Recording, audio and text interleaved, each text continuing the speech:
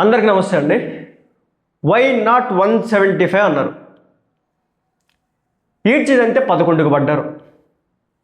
అయినప్పటికీ కూడా ఇంకా మార్పు రాలా. బహుశా వచ్చిద్దా అనేది కూడా డౌటే.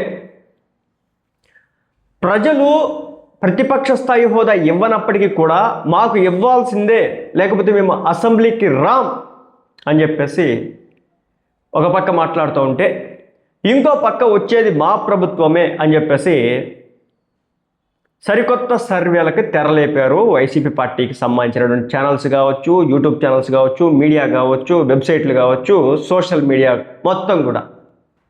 ఏంటి, జర్నలిస్ట్ స్థాయి దగ్గర నుంచి మొదలు పెడితే సాక్షి ఛానల్ వరకు, ఇంక్లూడింగ్ సాక్షి ఛానల్ వరకు ఈ రోజున వీళ్ళు నిర్వహిస్తున్నటువంటి డిబేట్స్ చూస్తూ ఉంటే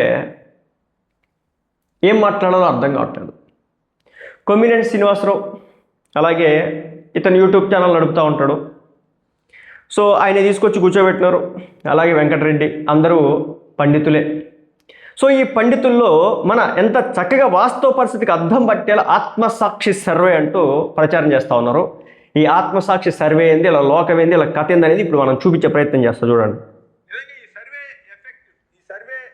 అయితే ఒకటి వీటన్నిటికీ ఒక షరా ఉంటుంది అనుకోండి, ఆ షరా మీరే చెప్తారు. సో ఓవరాల్ గా దీని మీద మీ విశ్లేషణ. దీంట్లో చూస్తే ముఖ్యమంత్రిగా మీరు ఎవరిని ఎంపిక చేసుకుంటారంటే 44% మంది జగన్మోహన్ రెడ్డి పేరు చూస్తే 32% మంది మాత్రమే చంద్రబాబు పేరు ఉంది. లోకేష్ గారు 5. అంటే దీన్ని బట్టి ఏంటి, జగన్మోహన్ రెడ్డి వర్సెస్ చంద్రబాబు నాయుడు ఎవరు మంచి ముఖ్యమంత్రి అంటే 12% గ్యాప్ ఉంది. అంటే ఇక్కడ చంద్రబాబు నాయుడు గారు కూడా లీడర్ గా ఫెయిల్ అయిపోయారు అన్నది పబ్లిక్ గుర్తిస్తూ ఉన్నారు. వితౌట్ చంద్రబాబు నాయుడు గారు నారా లోకేష్ గారు ఏంటి అన్నది కూడా దీంట్లో అర్థమైపోతుంది. 5% మంది నారా లోకేష్ గారిని కోరుకుంటున్నారు. తెలుగుదేశం పార్టీ కార్యకర్తలే ఉంటారు వీళ్ళు కూడా. ఎందుకంటే ఈవెన్ తెలుగుదేశం పార్టీ సీనియర్ నాయకులు కూడా తెలుసు, నారా లోకేష్ చేతులు పూర్తిగా పార్టీ పోకముందే ఇంత జరిగిపోతుంది నష్టము. ఒకవేళ ఆయన చేతుల్లోకి వెళ్తే ఏంటి పరిస్థితి అన్న ఆందోళన ఉంది. ఈ సర్వే ద్వారా కూడా దాన్ని మనం పరోక్షంగా అర్థం చేసుకోవచ్చు. అన్నింటికి వచ్చి తెలుగుదేశం పార్టీకి దిగ్భ్రాంతి కలిగించే అంశం ఏంటంటే 2019లో కూడా 39% ఓట్ల వరకు తెచ్చుకున్నారు. సింగిల్ గా పోటీ చేసి 23 స్థానాలు పడిపోయినారు. ఇప్పుడు ఒకవేళ కూటమి విచ్ఛిన్నమై సింగిల్ గా పోటీ చేస్తే తెలుగుదేశం పార్టీకి 36% ఓటింగ్ మాత్రమే ఉంటుందని ఈ సర్వే చెప్తుంది. దీన్ని నమ్మాల వద్ద అనే కొంత సందేశం అయితే ఉంటుంది. కానీ ఇక్కడ గమనిస్తే ఏంటంటే ఈ 2.5 ఏళ్లలో చంద్రబాబు నాయుడు గారి పాలన సాగినంత దారుణంగా గతంలో చంద్రబాబు నాయుడు గారు ముఖ్యమంత్రిగా ఉన్న సమయంలో కూడా ఇంత దారుణంగా లేదు. సో చూశారు కదా ఎంత చక్కగా చెప్తున్నాడు. వచ్చేది వైఎస్ జగన్ గారి గవర్నమెంటే, టీడీపీకి ఓటింగ్ పడిపోతూ ఉంది, నారా లోకేష్ గారికి 5% ఓటింగ్. ఎంత చక్కగా క్లియర్గా, అబ్బా సేమ్ ఇదే అనమాట. ఎలక్షన్స్కి ముందు చల్లండి పూలు, కొట్టండి డ్రప్పులు, ఎలివేషన్ల మీద ఎలివేషన్ ఇచ్చాడు ఈశ్వరు. ఏమైంది, ఒక్క వర్లవన్. అసలు గ్రౌండ్ రియాలిటీ ఏంటి, జగన్మోహన్ రెడ్డి గారు చేసింది ఏంటి, చంద్రబాబు నాయుడు గారు చేయట్లేదు ఏంటి అనేది చూస్తే మనకేం తెలుస్తూ ఉంది. జగన్మోహన్ రెడ్డి గారు అప్పనంగా డబ్బు పంచినారు, డెవలప్మెంట్ లేదు.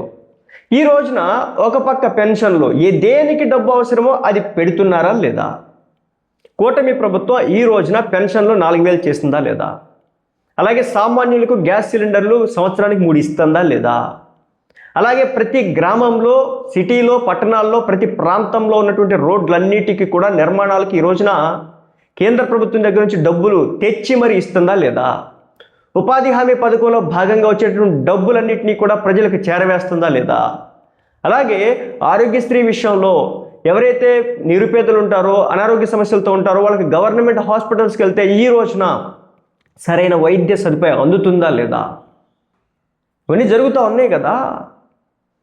ఎందుకు నెగిటివిటీ వచ్చింది?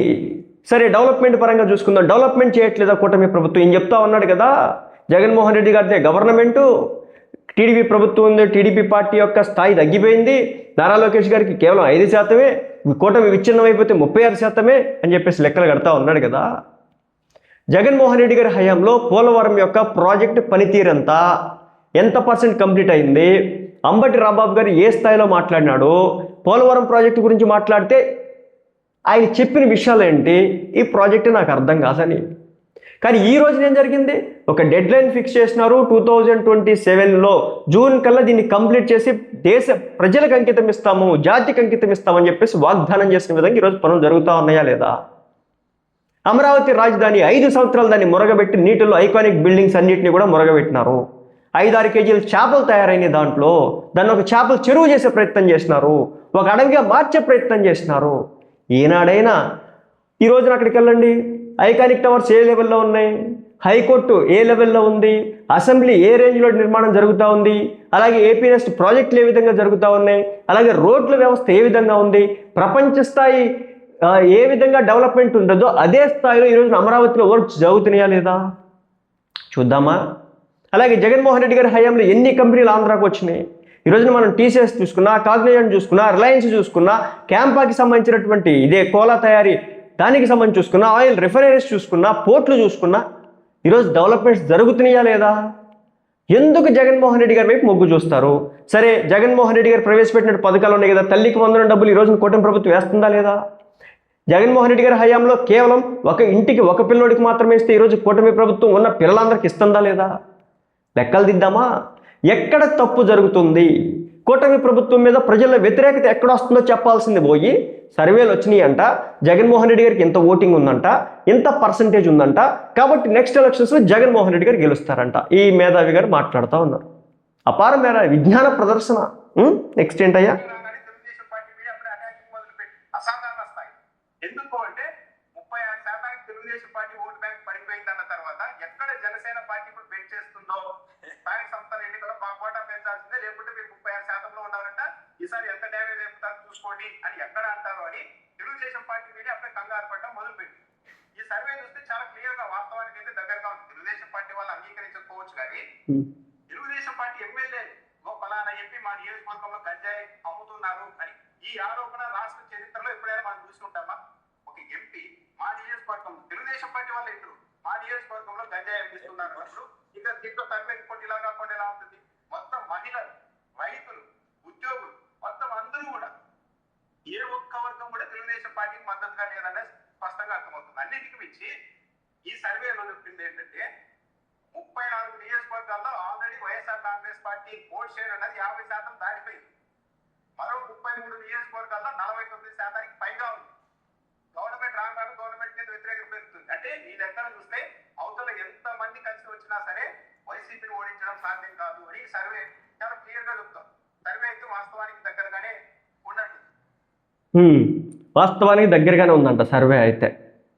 ప్రజలు మరి పిచ్చోళ్ళు అనుకుంటారో, ఎర్రోళ్ళు అనుకుంటారో, లేకపోతే ఇంకేదో అనుకుంటారో నాకైతే తెలియదు. కానీ ప్రజలైతే ఒకటి చెప్పినారు, మీరు డబ్బులు పంచితే ఇక్కడ పని జరగదు, డెవలప్మెంట్ జరిగితేనే మేము ఓట్లు వేస్తామని చెప్పినారు.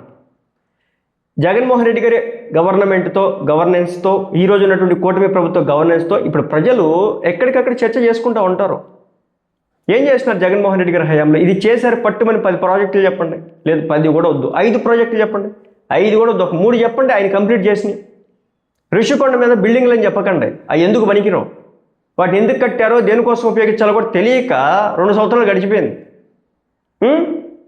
ఒక విశాలమైనటువంటి భవంతి, అది హోటల్ కోసం కట్టినారా, లేకపోతే జగన్మోహన్ రెడ్డి గారి నివాసం కోసం కట్టినారా, లేకపోతే కనుక ఎవరైనా ప్రజాప్రతినిధులు వచ్చి ఉండడానికి కట్టినారా, లేదంటే విదేశీయులు ఎవరైనా వచ్చి ఇక్కడ నివసించడానికి కట్టినారా, దేనికోసం కట్టినారా అనేది ఇప్పటివరకు ఎవరికి తెలియదు. ఆ ఋషికొండ మీద కొండను దొలిచి నేను తెలియదు, అవి మాత్రమే కట్టినాడు, అవి తప్పించి ఇంకేం కట్టినారు జగన్మోహన్ రెడ్డి గారు అంటే ఏం తెలియదు ప్రపంచానికి.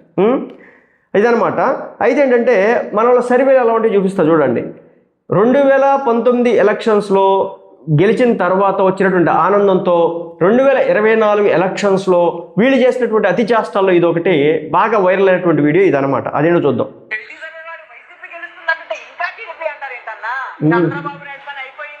అయిపోయింది. ఆత్మసాక్షి విన్నారే, ఆ ఆత్మసాక్షి అంటే ఈసారి కూడా ఆ సర్వే ఇచ్చింది. మరి ఆత్మసాక్షి ఈ ఆత్మసాక్షి 2 ఆత్మలు ఒకటో కాదో నాకైతే తెలియదు.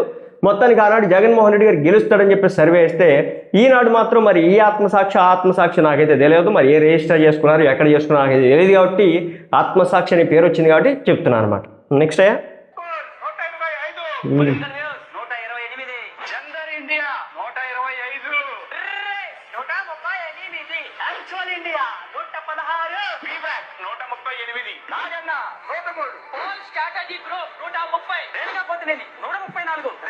131 NFO political survey 122 news arena India 121 strategies 115 Bharat political survey 156 175 అర్థమైందా? లాస్ట్ టైం చెప్పినారు కదా, ఇదే అనమాట, ఈ బ్యాచ్లే అనమాట. సో దాంట్లో ఆత్మసాక్షి అనే ఒక పేరుతో మరోసారి సర్వేలు అయితే వచ్చినాయి. ఈసారి ఈ సర్వేల ప్రకారం అట జగన్మోహన్ రెడ్డి గారు సీఎం కాబోతున్నారట, ఆంధ్ర రాష్ట్రాన్ని ఏలబోతున్నారట. మళ్ళీ చెప్తున్నా, ఈ సర్వేలు లాస్ట్ ఎలక్షన్స్లో, లాస్ట్ గవర్నమెంట్లో చెప్పినారు, చాలా చేతాలు చేస్తున్నారు, చాలా మాటలు మాట్లాడినారు, సిద్ధం సభలు పెట్టినారు, చివరాఖరికి బాక్సింగ్ బ్యాగ్లు పెట్టి ఇష్టం వచ్చినట్టు కొట్టించినారు. ఈ ఒకటి కాదు, రెండు కాదు, వాటాడు ఇది కాదనడం లేకుండా చేసినారు. ఏమైంది? ప్రజలు తిరస్కరించినారు. వెండట పాలిటిక్స్, కొట్టుకోవడం, తిట్టుకోవడం, లేదంటే జైల్లో పెట్టి హింసించడం ఎందుకు ప్రజలు ఒప్పుకుంటారు? దేనికోసం ఒప్పుకుంటారు? సో మొత్తానికైతే మరోసారి కొత్త దానికి తెరదీసినారనమాట. ఈ కొత్తది ఏంటంటే సర్వేల పేరుతో రాజకీయం. అంటే వాళ్ళకి లేనటువంటి, అంటే ప్రజల్లో మా పార్టీ ఇంకా బతికే ఉంది అని చెప్పే ప్రయత్నం చేయడంలో భాగంగా ఇవన్నీ కూడా చేస్తూ ఉన్నాను అనమాట. అంతకు మించి ఇంకోటి అయితే ఏమీ లేదనేది ఈ సర్వేల యొక్క ఉద్దేశంగా నాకైతే కనిపించింది. సో మన జర్నలిస్ట్ సాయి కూడా ఏదో మాట్లాడాట, దాని గురించి నేను తర్వాత మాట్లాడతాను, ఇది ఇప్పటికే పెద్దదైంది. సో ఇదనమాట ఈ సోకాళ్ళు పెద్ద మనుషులు సాక్షి ఛానల్లో కూర్చుని కొమ్మినేని శ్రీనివాసరావు కావచ్చు, ఆ ఈశ్వర్ కావచ్చు, వీళ్ళు పెట్టేటువంటి డిబేట్లు చెప్పా కదా. ఏమి ఎలక్షన్స్ రిజల్ట్ రోజు ముందు రోజు అనుకుంటా ఎక్కడ సెట్ చేద్దాం ఈసారి అన్న ప్రమాణ స్వీకారం, వైజాగ్, విజయవాడ, లేకపోతే అమరావతి, గుంటూరా, రాయలసీమ, వద్దు వైజాగ్ వెళ్దాం, వైజాగ్లో పెడితే కనుక ఊపు మామూలుగా ఉండదు, కొట్టండి చప్పట్లు, కొట్టండి డప్పులు, చల్లండి పూలు అని చెప్పేసి ఒక రకమైనటువంటి వాయిస్తో ఇచ్చినటువంటి, ఒక రకమైనటువంటి మాడ్యులేషన్తో మాట్లాడినటువంటి మాటలో సోషల్ మీడియాలో ఏ స్థాయిలో వైరల్ అయినాయో, ఏ స్థాయిలో వెళ్ళి అందరికి తెలుసు కదా. ఎలక్షన్స్ టైంకి ఏదైనా చూడొచ్చు, గవర్నమెంట్ వచ్చి 2 ఏళ్లకే ఎంత నెగిటివిటీ. ఏం అంత నెగిటివిటీ కావాలంటే ఇప్పుడు జగన్మోహన్ రెడ్డి గారిని బొక్కలు వేసేవాళ్ళు వీళ్ళు. ఎందుకంటే చంద్రబాబు నాయుడు గారిని ఒకప్పుడు వేసినారు కదా, వేసేవాళ్ళు, కానీ వేయట్లేదు కదా. అది సంగతి అనమాట. మొత్తానికైతే వాస్తవ పరిస్థితులు అర్థం బట్టేలా ఆత్మసాక్షి సర్వే అంట. మరి ఏ ఆత్మో ఎక్కడ ఆత్మో చూడాలన్నమాట, అది సంగతి. మరి మీరేమంటారు ఈ సర్వేల మీద?